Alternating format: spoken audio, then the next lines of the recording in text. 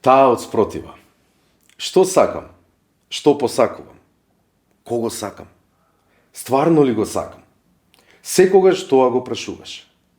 Застани пред огледалото и прашаја таа од спротива. Одговор таа ќе ти даде. Што сакаш, а што посакуваш? Само таа знае.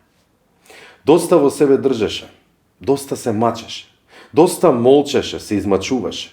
Зборувај со некого, на некого маките кажи ги, па макар и со огледалото, со таа од спротива. Затвори ги очите, гледај со срцето, види ја сликата од подкапаците, за да знаеш што ти го мачи мозокот, а што тежи на срцето. Извади ја сликата од новчаникот или она од ташната. Може би онаа што ја чуваш под перницата. Погледни ја. Погледни ја и таа од спротива што во очите гледа. Дали да ја згужваш со желба и од мозокот да го исфрлиш, дали да ја бакнеш со желба таму да остане или на срце ќе ја ставиш, главоко во себе да ја всадиш. И мозок, и душа, и срце да ти храни. Гласно прашаја она од спротива што на огледалото ја гледаш. Сети се на сликата од подкапаците, додека со срце гледаше, и гласно прашаја. Остави таа да зборува, а ти слушаја. Почнуваме.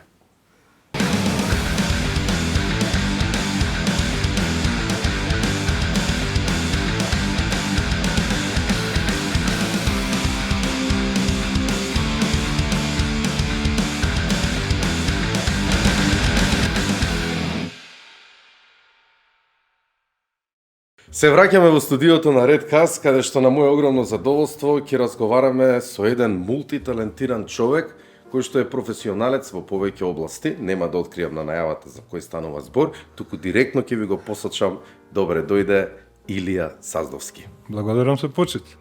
Како си? Ја одлично. Се гледа. Зашто со тројка не примаат на факултет. Само одлично. Или ајде да те представиме на јавноста, тебе луѓето те знаат од повеќе области. Пред се ти си писател, човек кој што еве оваа книга е твоја, Искушенија, која што во најавата прочитав една твоја поезија. Исто така се бавиш и со изработка на рачни изработки на слики, со конци, со шајчиња, но за тоа подоцна ќе те прашам. А што е најважно, сега работиш како физиотерапевт, масер по кинезотерапија. Така, терапевт мастер по кинезотерапија за мускулатура и нервен систем. Така. Добро, од каде сакаш да почнеме? Од почеток. Од почеток, добро.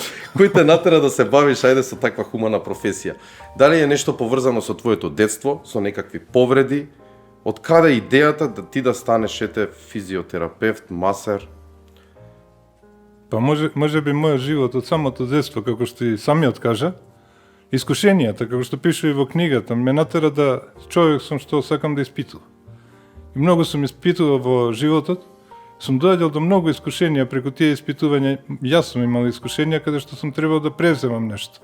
Тоа е превземање на одредени ситуации, ме натера да помагам на луѓето. А физикалната терапија ми е една од омилените работи во медицината, како што има и други, например психологијата. Доста долго ја истражувам. Прво за мене требаше, а потоа и за работата како терапевт мастер, затоа што работиме со луѓе на кои треба прво да се делува психички, после психијатрија, а тек на третото место е физикалната терапија. Како што се луѓе, например, со мозочен удар. Интересно, вака сега ти како млад заврши некој училиште, средно образование тие? Што заврши во средно? Средно трговско имам, драстично различно од она. Добро, да. И веќе после тоа се запишуваш, предпоставам, на факултет и за физиотерапија или како? Тоа беше уствари организирано од речиво специјални, така може да се рече. Тоа беше уствари организирано од медицински факултет. Све се полагаше таму, а се води како курс за директна специјализација, затоа што немаме средно медицинско. Во тој период, речиво, терапевтите беа дефицит. Затоа што хитот на медицината во тоа време беше психологија, психијатрија, невропсихијатрија и слично. На физикалната терапија не се обраќаше внимание. Луѓето што беа како терапевти отидоа во пензија, нов кадар немаш. Медицински факултет беше на некој начин принудено да организира, да речеме, затоа се вика курс, затоа што немаме средно медицинско, се останато се полагаше и се имаше испити на медицински факултет. Дали мислиш дека мора човек да помине таа, да речеме, пракса или теорија кај вашите учители, професори што ве учеа по тие курсеви, или подобро се учи кога на лице место ти доаѓа, нели, човек со проблеми и ти го фаќаш и почнуваш да, нели, да го лечиш, да го масираш, да го местиш? Па според ова книгата, уствари, извини, не книгата, него хартија, ја ќе кажам за дипломата, е само одскочна даска за почеток на нешто што цел живот понатаму се учи. Се учи затоа што секој пациент, секој човек што сум го фатил до сега и во ординациите, кажа, што сум работил, е приказан за себе. Едноставно учиш, секој си има различна, без разлика дали може да биде иста диагноза, може да боли на исти начин, но причината е друга. Причината е друга, за која секоја причина, уствари, секој пациент е школа. Искушение на некој начин, како што се вика и самата книга. Да, ќе збориме подоцна малку за книга. Затоа се вика искушение, затоа што секој пациент е искушение за себе. Од она што го кажав, секогаш мора да учите, да најдете нов начин како да му помогнете на тој човек, затоа што не сме сите исти. Како што реков, може да боли исто, може да е на исто место, но причината не е иста. Телото не е исто. Мора да има различен пристап. Од други страни, за да дојдеме до вистинското, а тоа ни носи малку поголема оваква школа, може да кажем. Не, јас во принцип мислам, еви, јас сум бил твој пациент, ќе го кажам тоа, дека пред се треба и психички да бидеш спремен и малку да имаш поголема верба дека ќе ти помине. Пошто има многу луѓе кои што одбиваат и не веруваат на овие работи и бараат алтернативни, нели, лекови, не знам, операција, сега некој многу, например, дискус хернијата е сега многу актуелна, затоа што живееме у стресно време, сега со технологијава, повеќето професии се на биро, па седнати, па згрбавени, сигурно и ти имаш повеќе такви пациенти. Сето тоа, самата положба на телото, придонесува да дојдеме до таа состојба, дали спондилоза, дали ишијас, дали дискус херниците, тие работи. Меѓутоа, кога ќе дојде еден човек кај тебе, како пациент, дали треба психички прво да биде подготвен, да верува во себе дека ти ќе му помогнеш. Затоа што има многу луѓе кои што одбиваат во себе си викаат: "Ајде сега ќе одам јас таму, некој ќе ме масира, она, бабини деветини, нема да ми помине." Маце сакам тука психолошки да навлеземе, знам дека и со филозофија се бавиш. Ќе збориме после специјално за жената, затоа што знам дека и женската психологија многу ја разработуваш и имаш проучувано.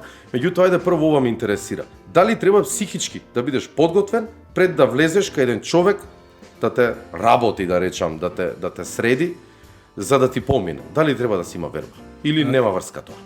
Верба треба да се има, но тоа е работа после на терапевтот или на лекарот, ако кажеме за било кој дел од медицината која ќе се оди, во случајот на масажа кај терапевтот, терапевтот е тој што треба да ја направи до вербата да ја имат. Со она, како што и самиот кажавте, психичката пристапност кон пациентот треба да внесе на пациентот сигурност, дека ја во правите рад. Да.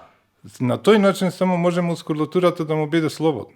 Додека вие масирате го психички, го ослободите пациентот, ќе може да работите на него онака како што треба. Нема да има стегање, него ќе има ослободување на секој мускул, каде што ќе треба вие да влезете длабоко. Како имаме барикади од една и од друга страна на мускулатурата, немаме никаков пристап до нервот ако се работи за дискус хернија, например. За жал, како што кажат и спондилозата, така наречена модерна болест, затоа што најчесто се добива од компјутер или гледање на телефоните. Да, тоа е за жал денешницата. Младите и сите ние, нели, тоа ни е помошно средство, без тоа не можеме да функционираме. Така да ти ки имаш поише работа, секако. Тебе ти оди во прилог ова. Ме интересира дали правиш некоја подготовка пред да ти дојде некој пациент. Може би дали медитираш или ете колку луѓе можеш да изработиш во еден ден, нели болат раце, исто стоиш. Тоа секогаш сум се прашувал. дали треба некоја физичка подготвеност, дали ги вежбаш рацеве или телото или не знам, за да имаш толкава енергија, за да можеш, на пример, тројца или четворица пациенти по еден час да ги, тоа не е мала бројка. Сега ќе кажем од прашањето дали можам да го сработам или колку пациенти може да се сработат едно по друго. Еден од професорите секогаш викаше оне што не може да сработи 4 пациенти едно по друго, ствари ќе се измори после нив, тој не знае да масира. Во стил не знае да масира затоа што силата е троши на небитни работи и стиска повеќе од она што е потребно. Затоа и не може да постигне. А кога станува збор за психолошкото делување на луѓето, не делувам претходно. Може да кажам само што се вика да пријдам со добра душа, кој што речете отворен на зборови, но психата уствари психолошката сигурност кај пациентот се внесува, за време на терапијата. Додека се масира, доколку разговарате со пациентот и му кажувате што уствари правите, затоа што се случуваат болки во вратот, да има проблем доле во кичмата. Таа поврзаност, како што е, например, болката во кичмата, изворот може да биде скроз долу кај ногата во зад коленицата. Тука да биде но по патот на ишијасот да стигне до колкот, а тој да го префрли во кичма. Да, треба сигурно голема подготвеност и големо проучување на самата структура на телото и нели да знаете точно секој мускул како реагира, со што е врзан, кој нерв е поврзан. Сигурно тоа сте го учеле вие на тој курс или факултет, како што кажавте. Мускулатура на човечкото тело, нели? Ако те боли, да речеме, кичма, ти можеш да го стиснеш за уво и да му помине, или ако го боли глава да го фатиш некоја точка тука во раката и да му помине, нели? Што сум гледал вака по телевизија, тие јапонци, кинези што ги прават тие работи. Дали има вистина во тоа? Вистина има во секој случај, на пример, кога ќе спомна рацете, допирните точки на рацете, уствари акупунктурните точки. Не знам дали некој се запрашал зашто само на рацете имаме вака исцртани линии доле на стапалата, зашто нема овде? Линии има цела кожа, но вака исцртани има само на рацете и на стапалата. Некогаш дали се запрашал зашто е тоа така? Па не сум се запрашал. Али знам дека нешто гледам на интернет, долга линија на животот, тие работи мислам општи. Колку е телото, ова те прашав да ти кажам уствари колку е нашето тело поврзано. Овие линии се уствари секој спој на две линии. Ни означува нерв испод тој за дел од телото или некој орган. Тоа ни означуваат овие линии според кинеската. А колку е телото поврзано, ова го спојувам со токму тоа, така, за болка во главата, например, ти како што кажа претходно да те стисне за рака за да ти помине главата. Треба нервот да го погоди. За болка во главата е на левата рака се наоѓа нервот. А за болка на синуси или но што ни е составен дел од главата, се наоѓа на ногата. На палецот од ногата. Интересно. Добро, Илија, ете вака малце кажавме за таа област. Ајде сега малце да се осврнеме на твојата книга, Искушенија. Кажи ми, ова е твоја прва книга, втора книга, трета книга? Или? Ова е прва книга. Ова е прва книга, меѓутоа знам дека пишуваш сега, спремаш уште нешто ново. Втората е во фаза на подготовка, подредување на тоа песните. Тоа ќе биде исто поезија? Да, како што е и ова, нешто следи. Поезија во раскази? Да. Малце повеќе да ми кажеш, инспирација за оваа книга доби секојдневно од нормални ситуации, вака секојдневни, или посебно се инспирираше од некој настан? Од каде ти дојде инспирација да напишеш оваа книга Искушенија и зошто баш Искушенија? Искушенијата е многу интересна тема, искушенијата. Што те натера да крстиш вака оваа книга и како ја напиша? Па ме натера уствари секојдневниот живот. Мојот живот наназад, што беше пон со искушенија и се уште пон сечи живот е со искушенија. Таму пише искушенија за одредени искушенија, наш животот ни е искушенија. Таму има дадено примери во кои секој човек ќе се најде барем во еден дел. Искушенија имаме на многу тиме, а таму во оваа книга, за разлика од следната што ќе биде, се искушенијата уствари на љубовта, што го носи човекот. Уствари љубовта што му ја носи искушението на човекот. Таму се дадени некои примери кои голем дел од нив се вистинити случаи.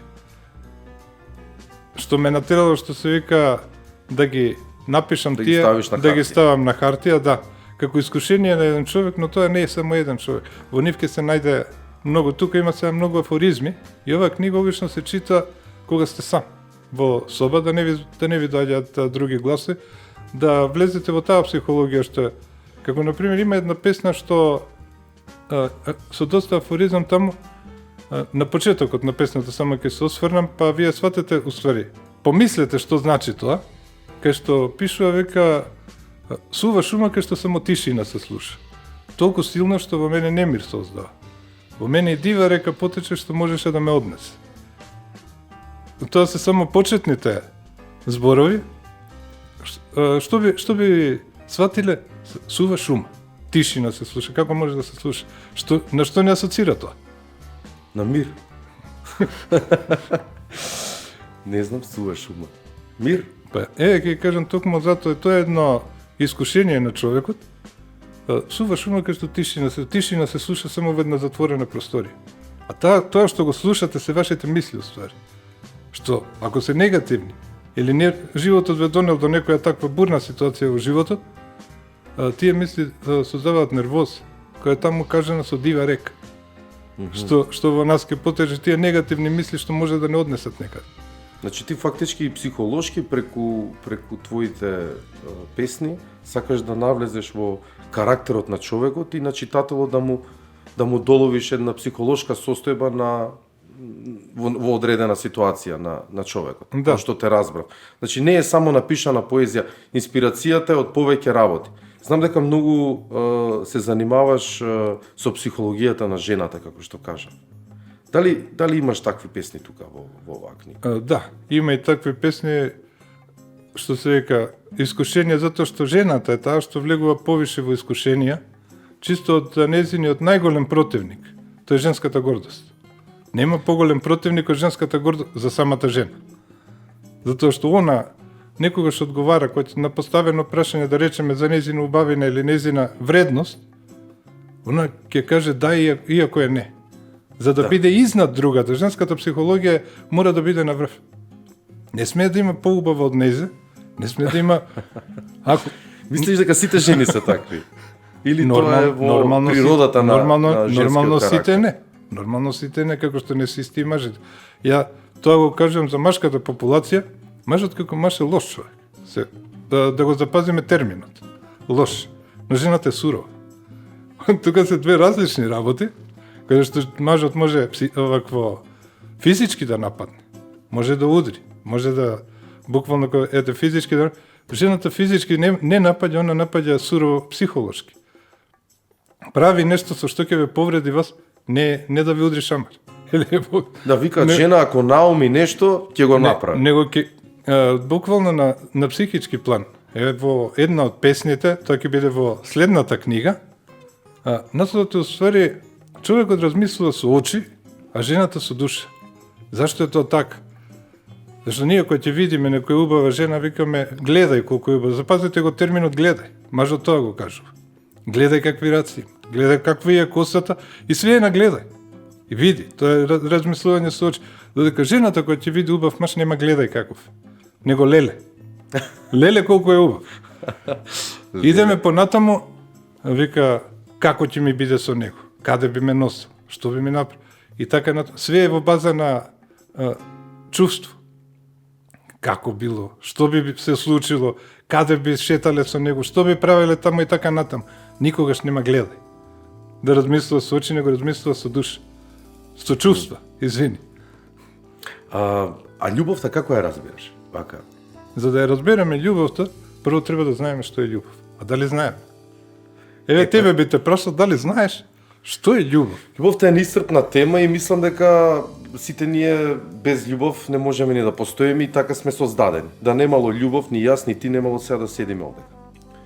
Љубов е многу филозофско прашање што е љубов, така да не би можел да ти одговорам, еве, љубов се децата, љубов е мајката.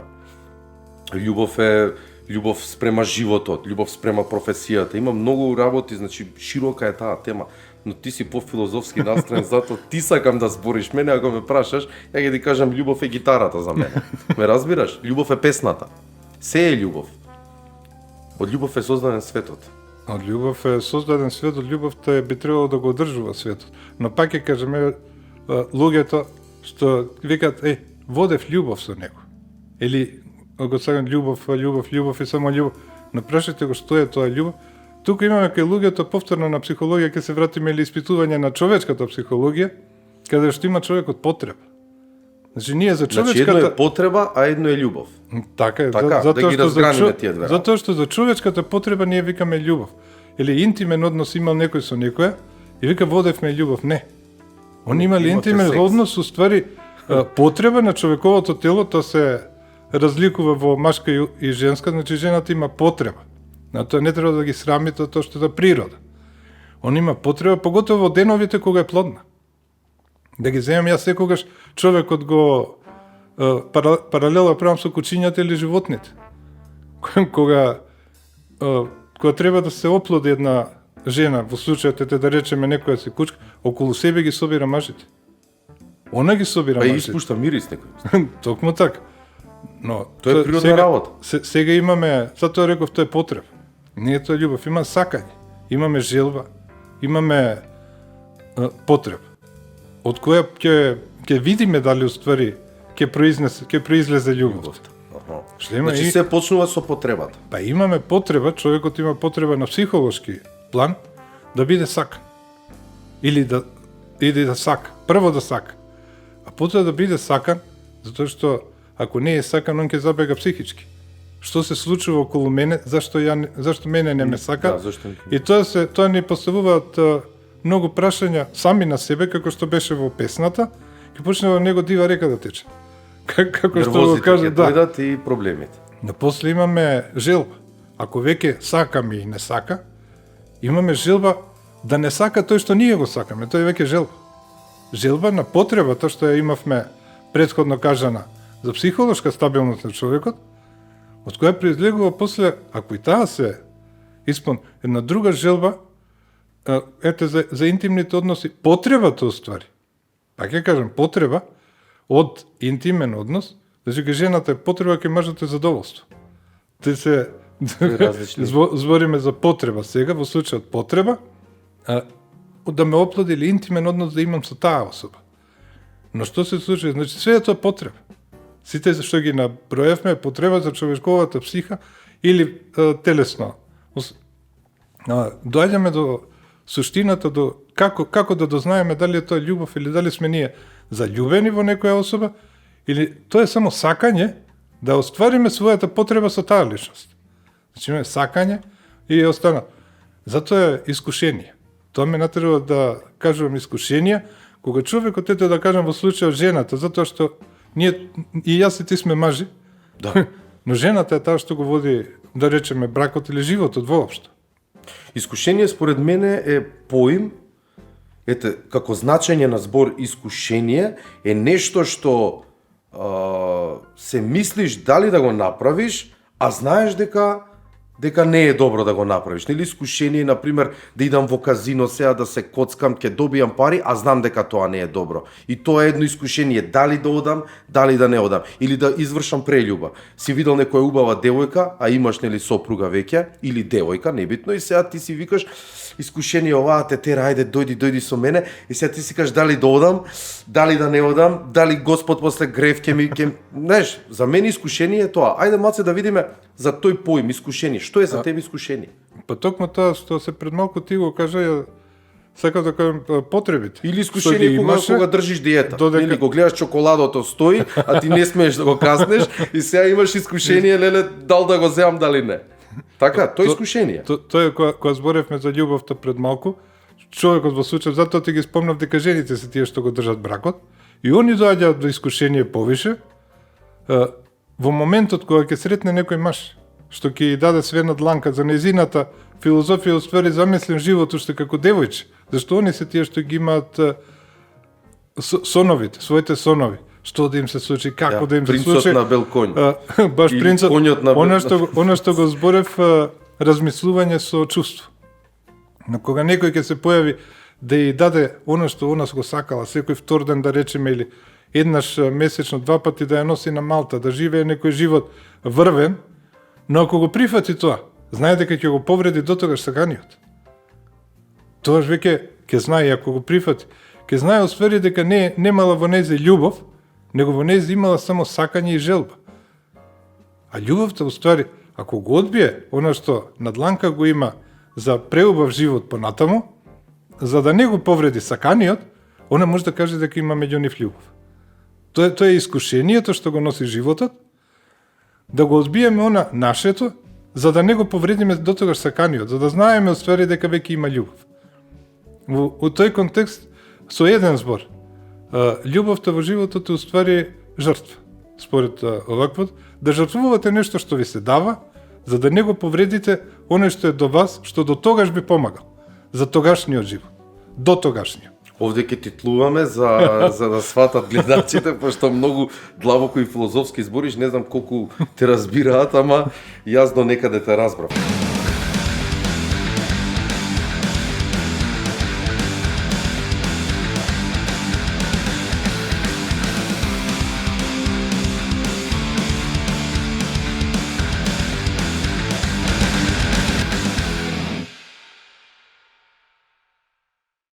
Океј, ајде малку сега, готово кога решивме што е љубов, дај да позборуваме малку за една медицинска состојба, епилепсија, јас така ќе ја наречам, знам дека ти си поборник, своевремено беше и активист во Сдруженијето за епилепсија Македонија.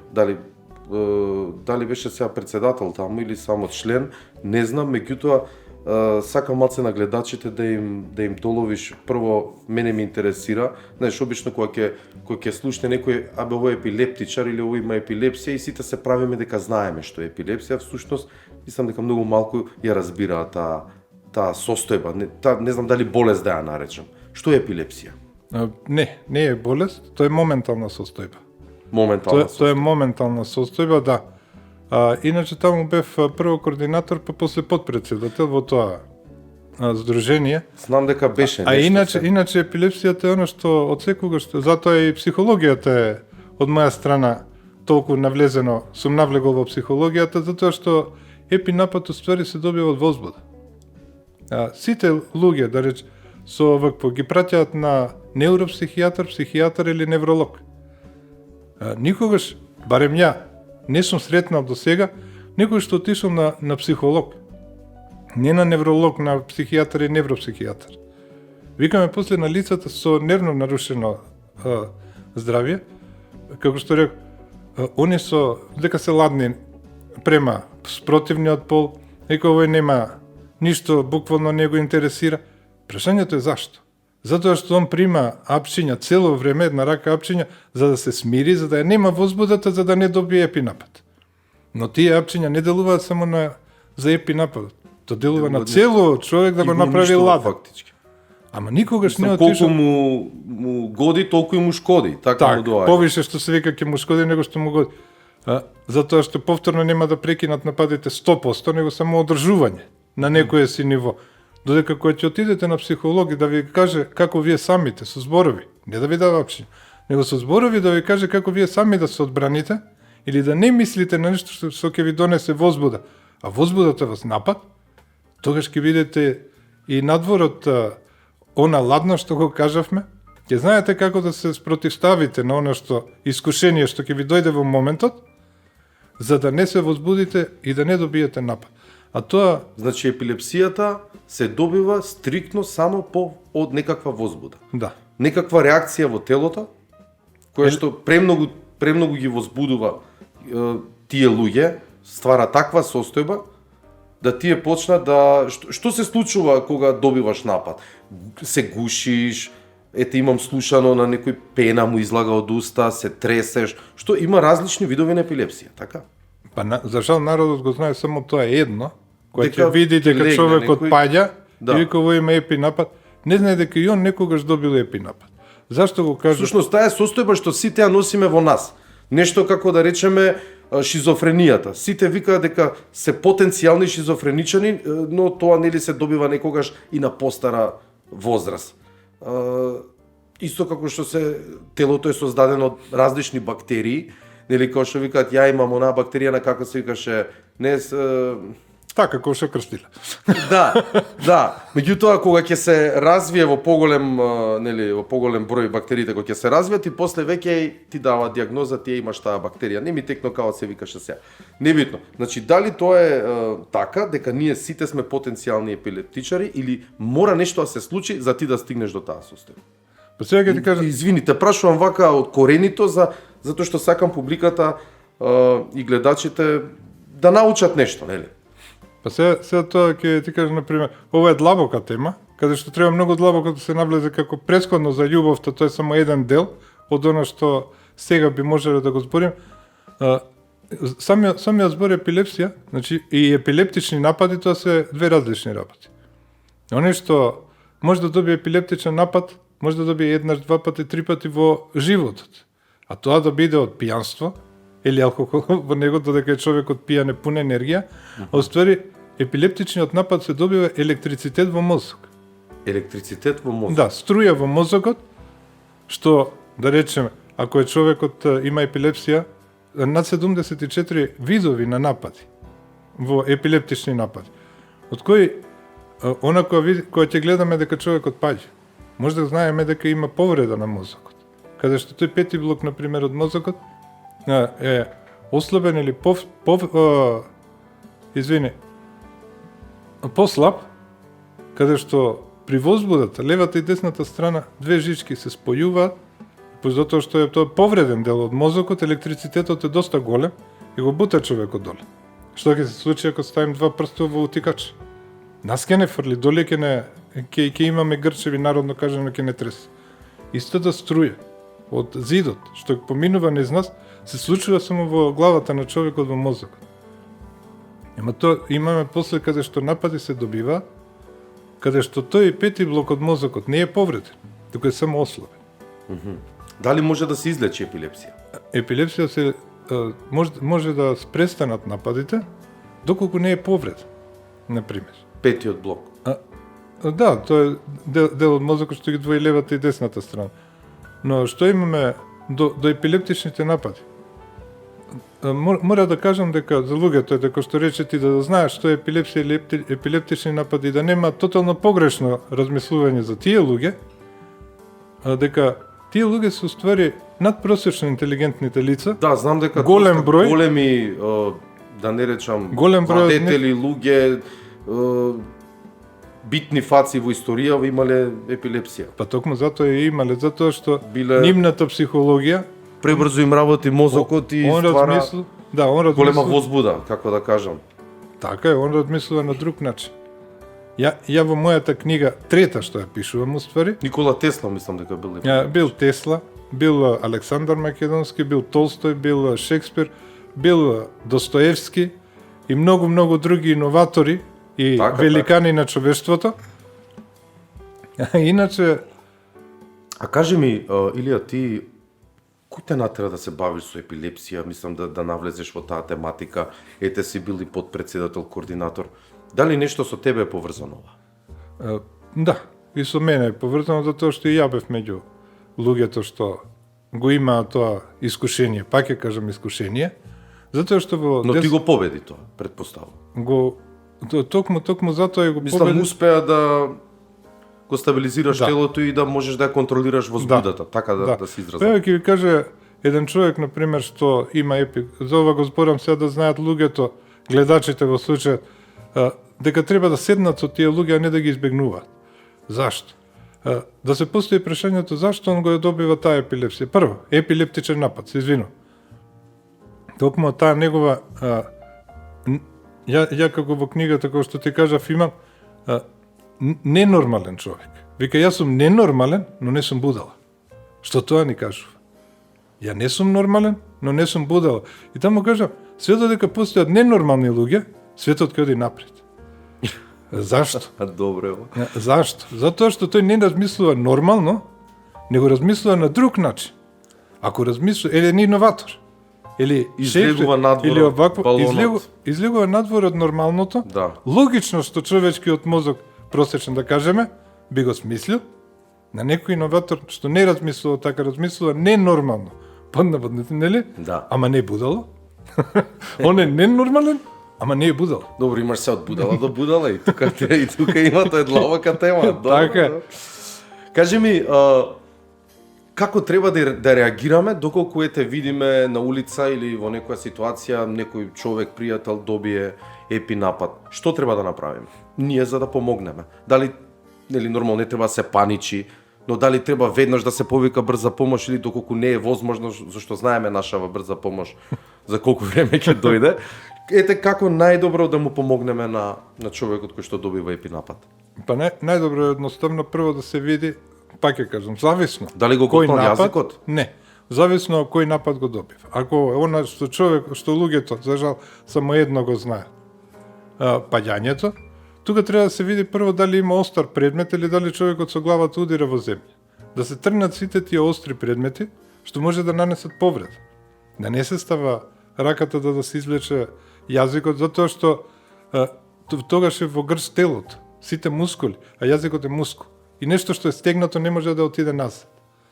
Само се тргаат предметите што може да го повредат и ние треба да се тргнеме на страна. Значи да го оставиме човекот да му помине Да му нападот. помине нападот, да не збориме, да не му нудиме вода, да не му нудиме лепи со, затоа што во тие моменти некои луѓе гледаат и слушаат. Гледаат што се случува. Они Ама се во тој свесни, момент ама- сака да ви одговори на вас, Ама не може. ама нападот не му дозволува затоа што згрчено му е телото, говорот. Так. А Нормално. со тоа што сака он да ви одговори, он се возбудува зашто не може. И на тој начин само ќе го продолжи нападот. Така, А додека треба стоиме да на страна- смирено да се трнеме на страна. Да молчиме се додека он самиот не ни прозбори и да рече дајте ми вода. Добро, ако дојде до фатална последица или не може да дојде. Не, Никогаш. Да речеме некој да добие напад и толку. не. Тогаш нема да биде од епи нападот. Јас ќе ви кажам диагноза, поопасна диагноза е да речеме кардиолошки овакво проблеми или човек што има проблеми со висок притисок. Тоа секогаш го кажам со висок притисок, затоа што луѓето не обраќаат кај работодаваците. Да седнат двајци и да речете ова има висок притисок, ова е кардиолошки проблем, а ова има епилепсија. Работодавецот прво ќе го отстрани тој што има епилепсија, затоа што не знае што е. Тоа сакав сега да се надоврзам. Како државата се однесува спрема луѓето со епилепсија? Дали постои дискриминација? Знам дека си режисер на едно видео, ќе ја замолам режијата, дури разговараме, ќе им го пратиме да го пуштат. Таму ти во твоето сценарио објаснуваш како човек со епилепсија доаѓа да најде работа, меѓутоа директорот врши една дискриминација и не сака да го прими на работа затоа што му е страв дека нешто може да се случи, дека нема да одговори на обврските на предизвикот. Што мислиш ти, дали се дискриминирани луѓето со епилепсија? Тотално дискриминирани, затоа што, пак ќе кажам, тоа не е, никогаш, кој ќе прашам јас некого, дали знаеш што е тоа епилепсија? И рече да знам, сум видел. А дали, пак ќе те прашам тебе, кој е најопасниот збор на човекот? Не знам кој е најопасниот збор. Ова е паметно што го кажа ти, не знам. Па не Затоа знам. што ако кажеш знам, тоа е најопасен збор за човекот. Знам. Знам. Зборот знаме најопасен, Зборот затоа што знам. се правиме дека се знаеме, а всушност јас знам дека ништо не знам. нели? Тоа е збор на нашата гордост. Да. Одговара гордоста, а не ние. Само за да не излезеш нели поглупа во некоја ситуација или демек сега да не те покажат со прст, а всушност ти самиот си глупав затоа што кажуваш дека знаеш нешто, а всушност врска немаш, така? Тоа е мојабет. Токму така, не е проблемот ако ти излажам тебе, или некого од публиката што ме гледа, или они да ме излажат мен. Страшното е ја што се лажам. Самиот себе се лажам, а на тој начин се бутам што све подолу. Што повеќе се лажеме, не лага иде лага, народно кажам. Лага со лага се врзува, но не е надворешниот свет да го лажем. Страшното е што ние се лажем. Со тоа знам, затоа го кажувам таму, знам е најопасниот збор. Во таа книга Искушение постои како песната како најопасен збор. Така, да се навратиме сега на државава, како таа се грижи за нашите епилептичари? За луѓето, еве ти имаш дружение, викаш дека сте основале Сдружение за епилепсија Македонија. Дали тоа постои уште и дали имавте помош од државата? Па јас веќе не сум таму, помош немавме никаква. Никаква, зашто така? Никаква, немаше помош, иначе дискриминацијата на луѓето, како што ти кажав, е тотално дискриминиран народ се тоа. Добро, луѓе вие- со проблеми. Тропнавте на некоја врата во некој А не- институт, во не знам да отидете да речете ние сме поборници за луѓе со епилепсија, да ги вработиме, да не знам да ги инфилтрираме во општеството, да бидат нели вклучени во општото добро, во создавање на општествени добра, не знам како да кажам, затоа што нели епилептичари ги ставаат со диагноза и толку. Така, мислам како што знам, можеби и не е така. Така и е. Така и е, а од никого не бев примен. Каде се тропнале обрати? на, Каде на, се на обрати? сите врати по влади и по министерства. Единствено што бев примен беше од сега веќе минатиот председател Иванов, Иванов. Само таму бев примен. сакаше и да разговараш со него веќе- нешто веќе или разговарав, бараше да. помош? Разговарав и да му објаснам ова што сега вас би го објаснил, што е уствари епилепсијата и што доживува народот со епилепсија, дека е докаде е таа дискриминација. Никогаш не се запрашале работодавците, вика ова има епилепсија и трни го на страна.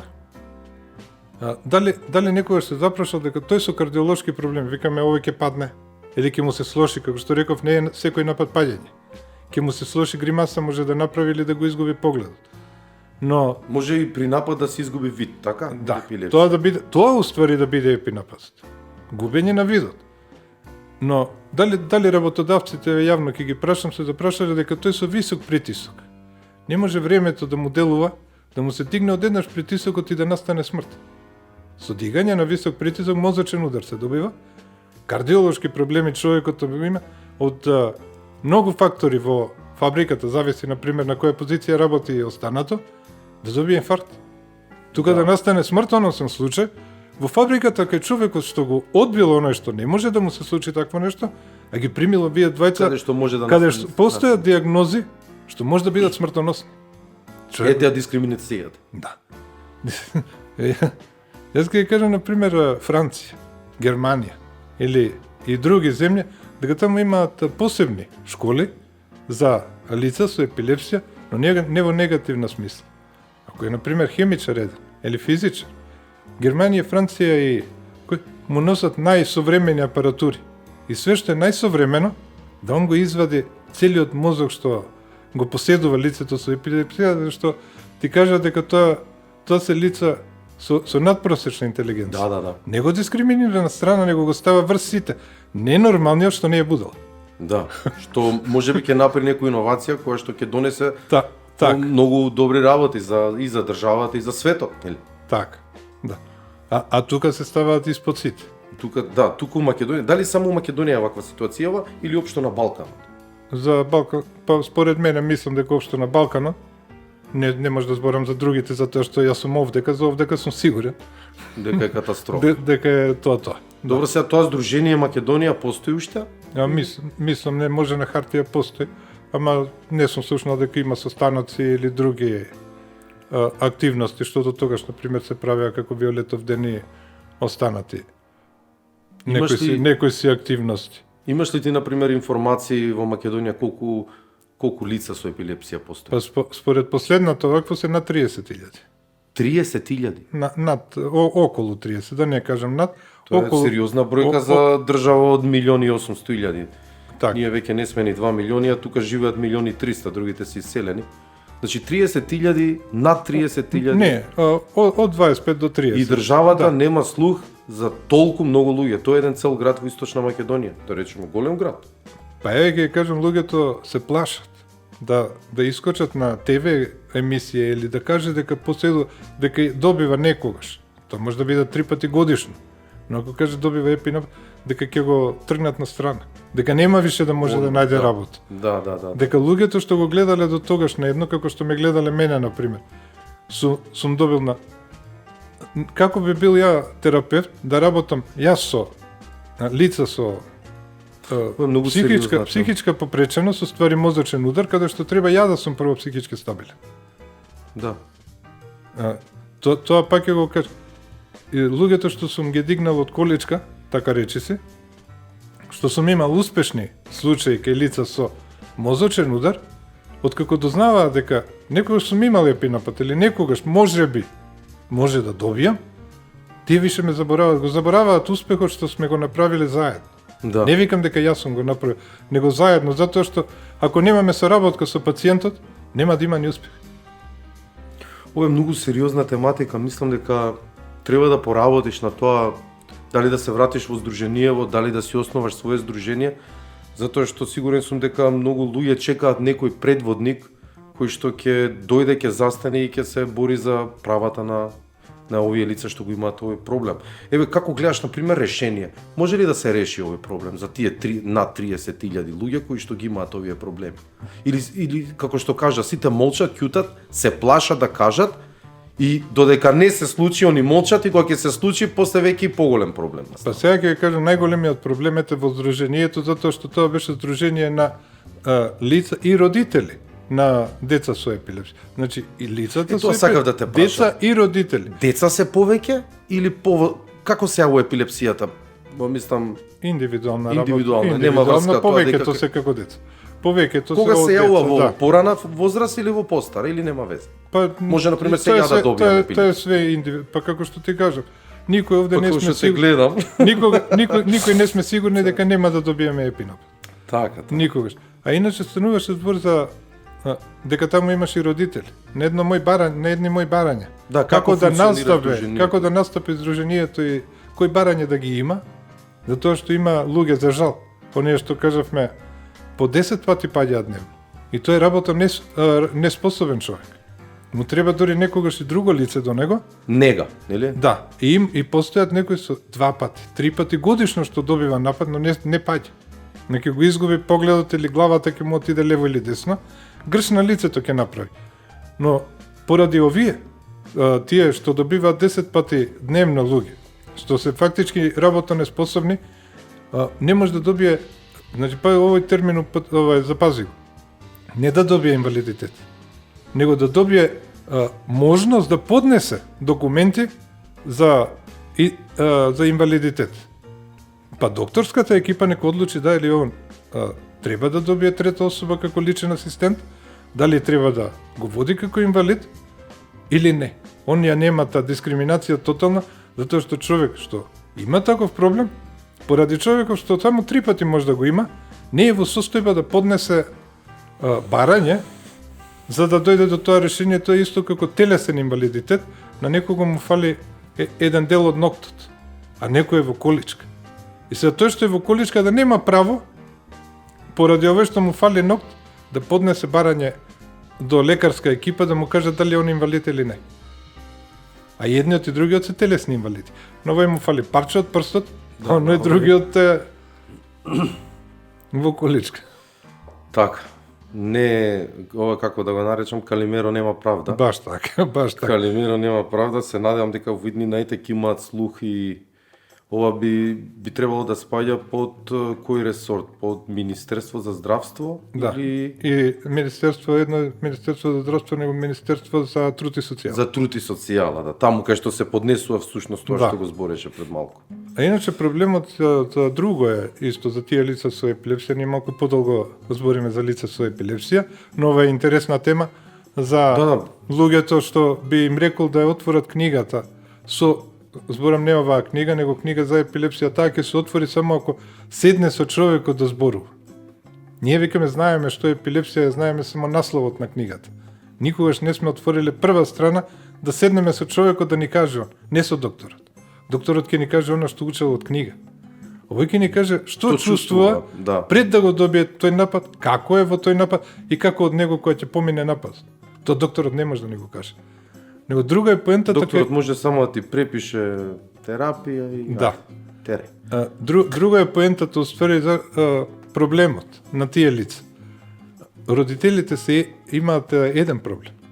Они имаат друг, значи барањата на родителите на деца со епилепсија и потребите на лицата со епилепсија се различни. Различни се затоа што еве ќе кажеме за поддршка на лица со епилепсија. Он бара токму тоа да му се даде, например, инвалидитет или да фирмите да на тие луѓе што се работа неспособни.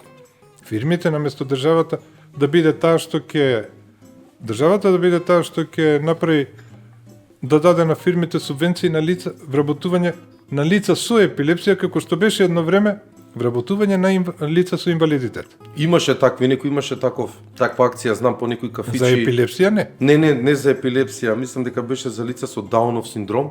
Ако не се лажам, и баш имаше еден локал во центарот на градот каде што буквално направи таква хуманитарна акција и дури вработија неколку такви лица и супер функционираше. Мислам луѓето си работеа. Не знам дали уште работат. Меѓутоа тоа е за поздрав, нели? Тоа е за поздрав. Затоа што едноставно им кажуваш на луѓето дека припаѓаат во општество.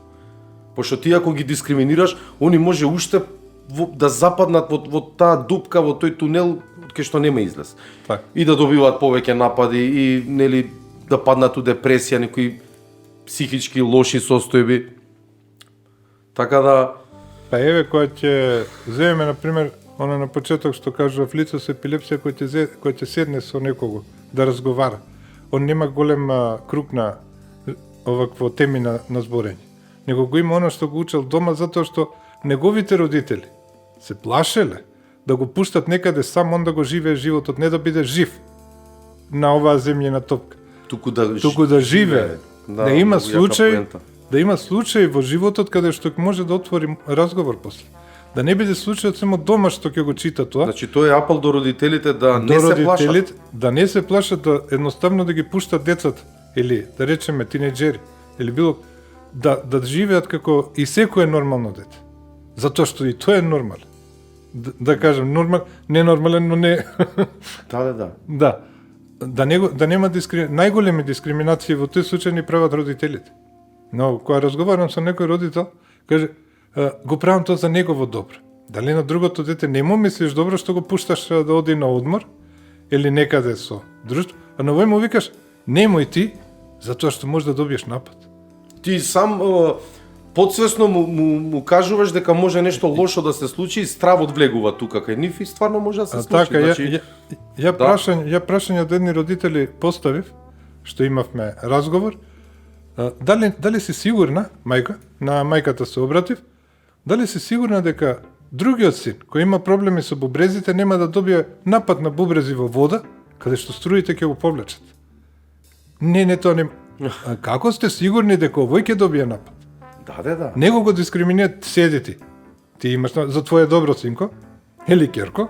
По дефолт само си даваат некои предпоставки. Но тука ја прашав дали тоа него прави за сопствено, не за него, за детето, него за сопствена заштита. Зашто го кажувам ова? Затоа што она е со мисла дека тоа дете ќе отиде таму и ќе добие напад, само што ќе влезе во вода или било каде. Но дали се тука сама не сака да се заштити, да не го мисли тоа и психички да запаѓа, затоа што синот ќе биде тука или керката пред очи и ќе знае што се случува. На тој начин она ќе биде лесната, или он, родителите, двајцата, што нема да мислат што се случува со детето. Ако го пуштат негде, они таму ќе им биде и она психички родителите ќе бидат отсутни од сами себе или ќе си имаат товар на себе. Дали тука не го гледате заштита жртва на детето, за да се заштитиме сами себе, родителите? Илија, многу интересна тема, можеме да зборуваме уште со часови за ова, меѓутоа нели во интерес на времето би сакал сега малце да се свртиме на друга тема. Ќе те поканам ја повторно да се збориме за епилепсија веќе кога ќе напишеш и втората книга. Сега овде на масава што стои цело време, се прашуваат гледачите што е ова. Ова е рачна изработка на слика, фигури кои што се прават со специјален свилен конец или, не знам, ти ќе кажеш, и се кова со шајчиња. Јас кога го видов ово искрено, прв пат видов вакво нешто, би сакал малце повеќе, пошто го правиш и тоа, ете се занимаваш, ова ти е хоби, предпоставувам. Да. Те смирува. Така си се лечиш и сам. Ме прави поубав зашто се смеам после тоа. Да, супер. Ајде малку повеќе за ова да кажеш. Колку време ги изработуваш овие? Тоа е секоја слика за време која прашуваш, зависи колку слободно време имаме.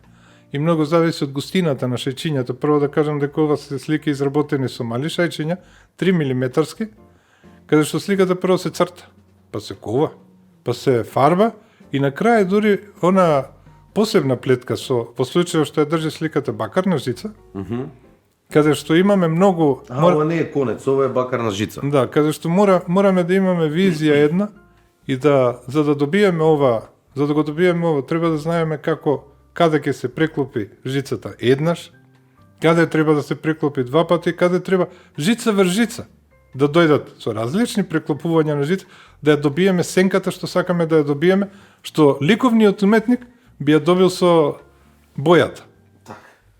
Колку време е потребно да се изработи една ваква слика? Бегано зависи од сликата и од големината на сликата, но потребно е доста време, доста долго време, кованјето, кај што кованјето највише ни одзема. Кованјето, значи. Да.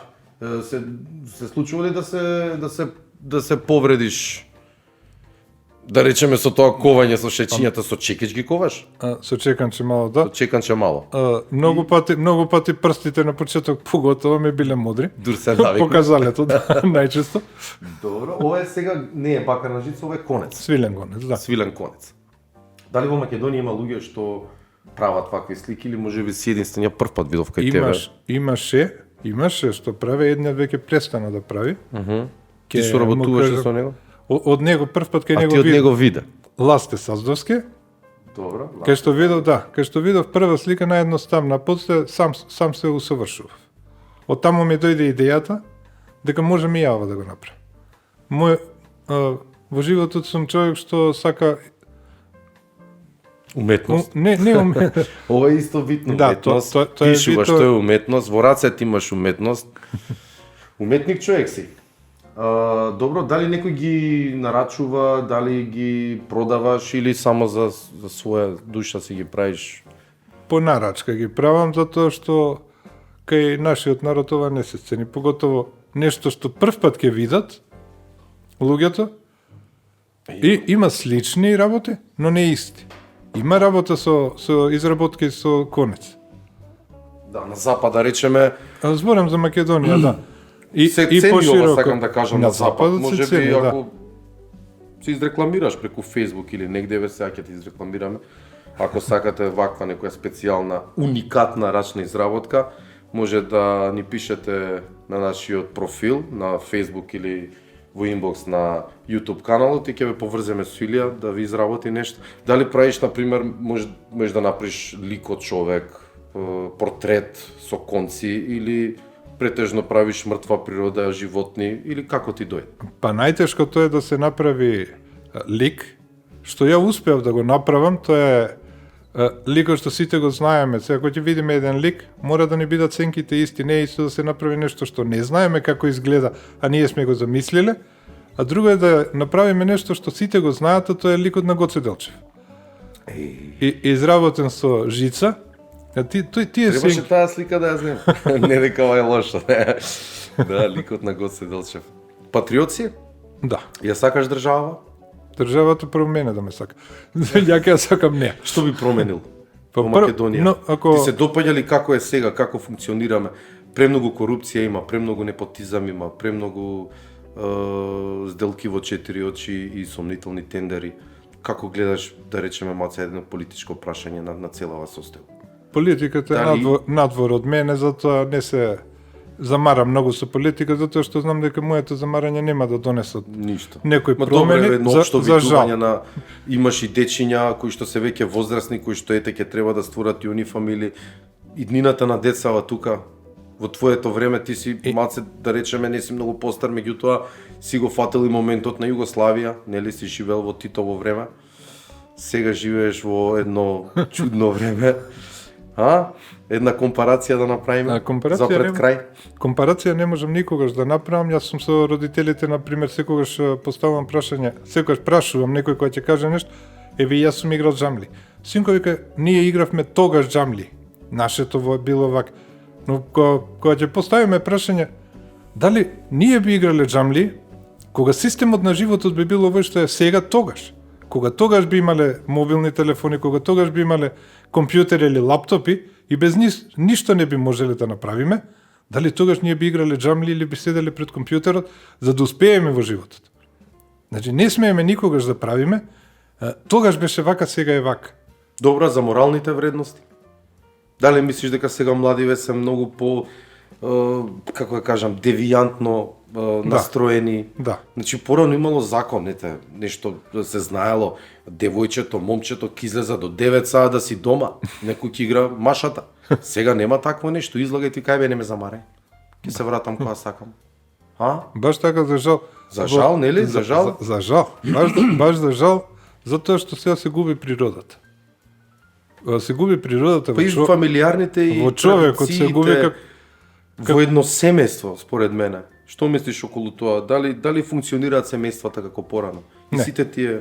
Не. Нели не? Не. Модерното време носи... Па модерното време на почетокот знаете што кажавме за искушенијата, дека жената е таа што го држи бракот.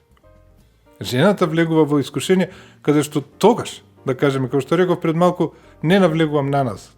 Гледам сега, но сега ќе кажам паралела, тогаш жената има, да речеме, како се вика, прелюбата, тоа е најстариот занат, ќе кажам. Нема кога немал. Прелюба. Да, но тогаш и сега, тоа се две различни работи. Многу голема разлика, затоа што, ќе кажам, тогаш која релација имала жената на движење. Дома деца да гледа, да прави ручак и на супругот доднесе на нива пита да јаде. Или ручак. Сомунче, да. Да. А што го имаме сега? Сега имаме голема размена на погледи, да кажеме. Каде што два погледи може да имаат магнет да застанат тука, или како што жената сега, уствари не сега, него женската психологија што претходно зборевме, кога не една особа, народно кажано, знае со жената, да почне да зборува, да ја ги прави оние слики и филм пред нејзе да отвори, каде што она ќе биде главната улога, што она тоа го сака, ја прави гордост, нејзината психологија, уствари женската гордост ја дига на највисоко ниво, и она тука ќе го има такви многу избори, не е само нејзиниот сопруг до тогаш, каде што може токму на искушението да подлегне, а тоа да донесе разидување со сопругот, или како што кажавме тогаш, до тогаш само сакан за искажување на човечките потреби за понатамошен живот. Да, значи не станува збор за љубов. У ситуацијава што спомна, ако пушти некој поглед на страна. Сакам сега една, малце да ја разведриме емисија, една песна да отсвирам. Оваа песна, драги гледачи, е всушност по текстот на Илија Саздовски.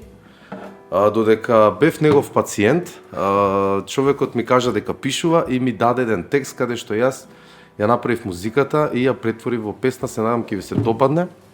Само да се наместам некако вака. Ајде така. Може да ја слушнете и после ќе ни кажете дали ви се допаѓа. Балада љубовна, така? Се вика како Илија, како ја крстивме, лек, отровен или бак нежи отровни. Ќе видиме кој ќе Да, се успењето нека одредат. Да, иде вака. Птица лета, ветрот ја гали. Пролета дош распосла. Од цветен отров очи ти светат, како отров што лекува, привлекува. Твоите коси по раце ми лазат, твојот глас ехо создава. Бакнежи по вратот на мојта гитара, дали се отровни или ја? Кажи ми. Таа нека ти кажа. Со твоите очи ме привлече, дали заврна или твоите солзи уште ме галат, дали се отровни, те молам кажи ми. Или лекот е во мојата луда збунета глава, твоите коси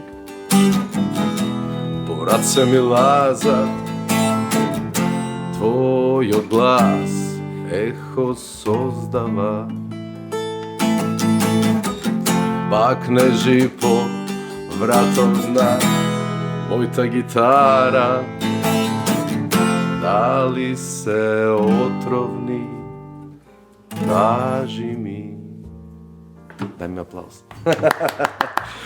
Илија не веруваше дека ја ќе му направам песна. Ние имаме сега во план да направиме некои други соработки, затоа што човекот навистина пишува многу љубовни, убави песни. Тука ќе се одјавиме од емисијата. Ви благодарам за вниманието. Треба да се јавиш? Не да се јавам, него да кажам уште едно што се вика сакаш оваа нешто да песна си- да се ја малку хумор. Добро.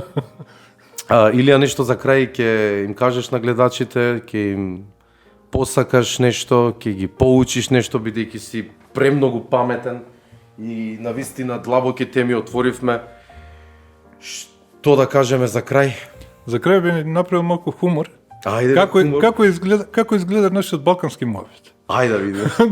Малку, тука хартија немаме на телефонов, ќе читаме. Добро. Песната ја крстив тоа таму.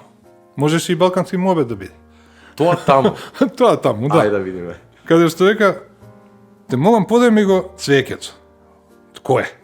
Оно онаму. Кој е каде? Па тоа таму. Ова? Не тоа.